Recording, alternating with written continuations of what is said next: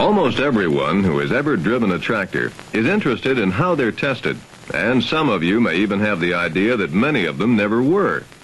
We can assure you that at Allis Chalmers, prototype tractors are rigorously tested, even tortured, to prove that every detail of the design performs as it should and meets high standards of long life.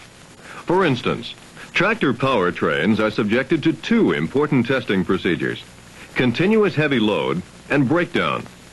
Continuous heavy load testing is accomplished by weighting the tractor to 170 pounds per PTO horsepower and loading the tractor until it is operating at 100% of engine horsepower. The load consists of old tractors which have been converted by adding a hitch frame, weighting them down with concrete and iron, and installing controls in the manifold so the engines become air compressors. Tractors must withstand hundreds of hours of continuous operation, and each of these hours is equivalent to 3 hours of normal field operation, since the tractor is operating at 100% load, while normal field work averages about 65% load.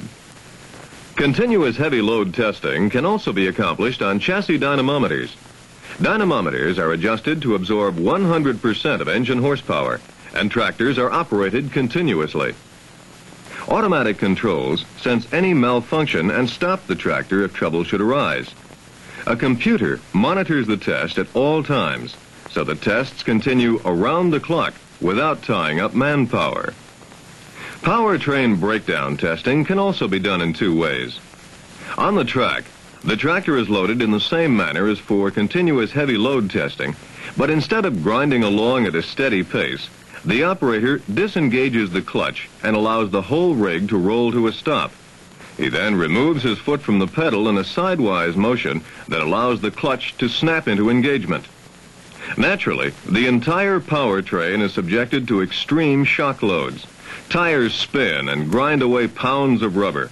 And finally, the train reaches operating speed again, at which time the operator starts the whole tormenting procedure all over.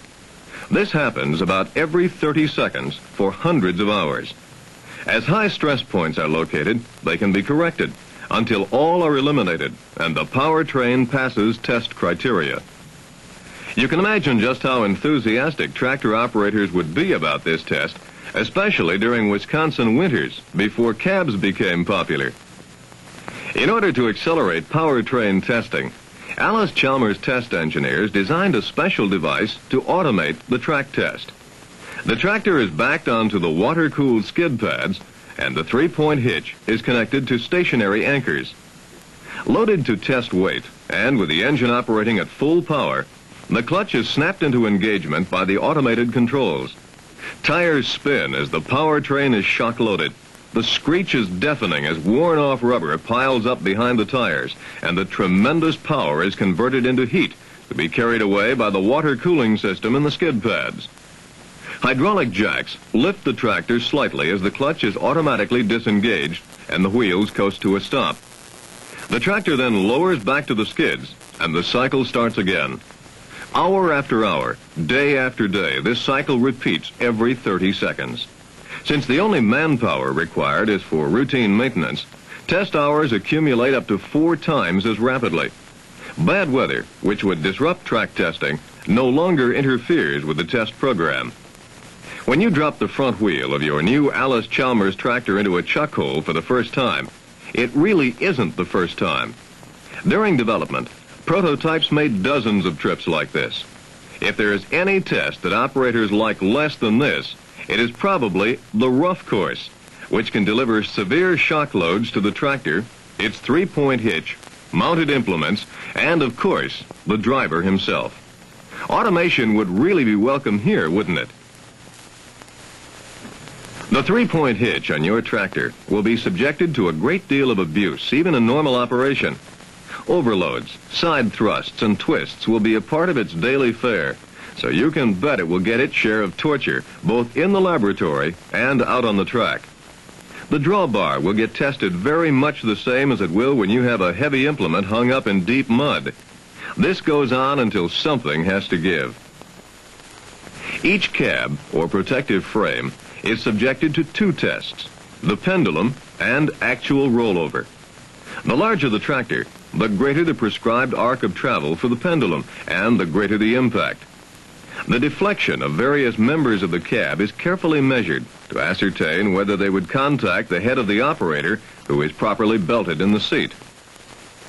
The idea of turning a tractor over sends chills all over, but it's nice to know your cab has been thoroughly tested to meet the tough standards. The tractor must be rolled both sideways and over backwards. In addition to crush resistance, other factors such as control of flammable or noxious liquids are monitored. Here is a scene that we hope none of you will ever witness in person. But if you do, we certainly want it observed from the inside of a cab that has been tested and meets the industry standards. We'd like to keep all our present customers and have some new ones too.